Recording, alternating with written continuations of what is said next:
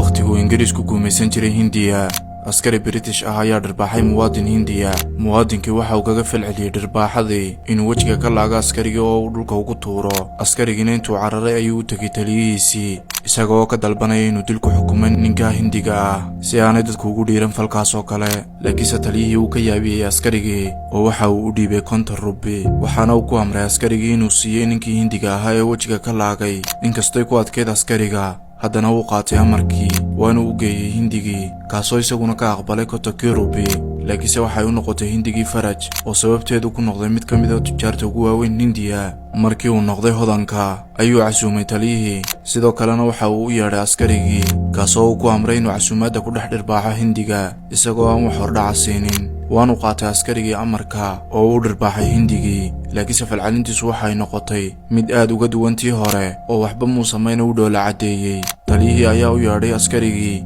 waxaana uu ku yiri markii hore muu haysan ninkani waxaan karaamadiisa ahayn qasab ayaanay ahayd inuu difaacdo ilaa waxa kaliya uu haystee laakiinse imika waxa uu haystaa hanti kala qaalisan karaamada danna kama laha sharaf iyo karaamo toona haddii aad rabto daawada akoonno TikTok oo iiba nagala soo xiriir nambarka profile-ka saaran